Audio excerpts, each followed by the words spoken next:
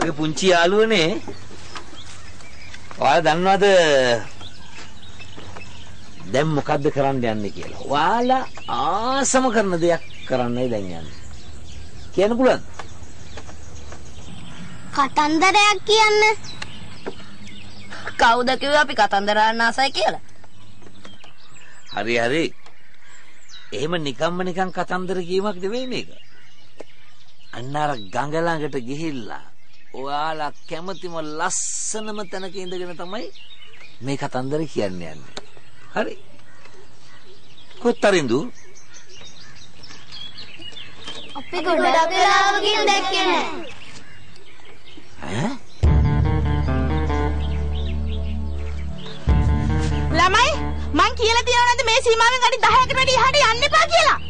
Miss Kisa තරින්දුව දැක්කද? එයා පන්තියේ නැහැ. ඔය උදේ හිටියේ මෙතන මූණ රවාගෙන. දෙයියනේ මේ ළමයි එළියටවත් ගියාද?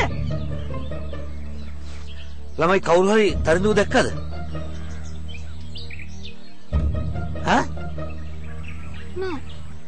මිස් කිසා ඉක්මනින් බලන්න තරින්දුව කොහෙද කියලා? දැන් හොයලා වැඩක් නැහැ. එයා කිලෝමීටර් ගාණක් ගිහිල්ලා ඇති. එයාගේ පොඩි වීරකමක් කරා. දැන් ඉතින් කුමලිවත් හොයාගෙන ඇති. දෙයියනේ. එතකොට මේ ළමයි කුමලිව හොයන්න ගියාද? හරි. පුතාලා කොහෙවත් යන්න එපා. හොම් මෙන්න. මිස් කිසා මේ ළමයි ටික බලා ගන්න. මම ඉක්මනට එන්න.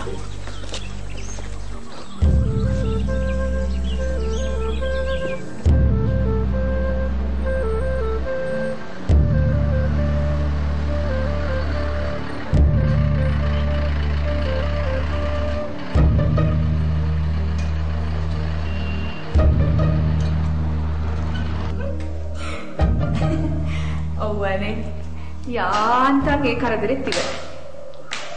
විරාජ් ලංකාවට එන්න කලින් බබාව ටියුෂන් යවන්න කැමති කරව ගන්න ඕනේ.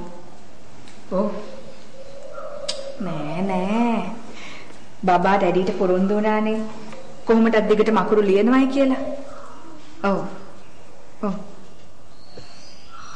ග්‍රේටා. මම වාට පස්සේ කෝල් කරන්න. බයි. රේනුකා උදේම පිටත් වෙන්නේ නැත්තේ නේ? 7ට විතර ආවේ ලොකු මැඩ. දැන් ඉතින් හූල්ලන්ට කාරණාවක් නැහැ. සමන්ගේ අම්මා ළඟනේ දරුවව නතර කරලා ආවේ. අකමැත්තක් නැත්තම් මෙන්න මේක තරිඳු බබාට දෙන්න ලොකු මැඩ. කුමලි මතක් කළාම කිව්වා එළියම දෙන්නයි කියලා.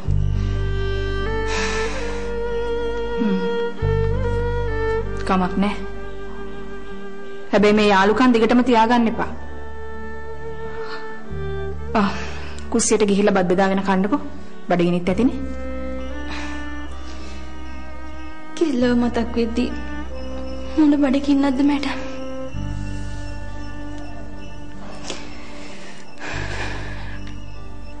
රේනුකා මමත් අම්මා කෙනෙක්. මට ඔයාගේ දුක හොඳට තේරෙනවා. සමන් එක්ක ඇවිල්ලා ඉස්සරහා කාමරේ සුද්ධ කරගෙන දෙන්නත් එක නවතින්නකෝ. එතකොට ඔය තියෙන වැඩක් පලක් කරගෙන කාලා බිල පාඩුවේ ඉන්න බැරි.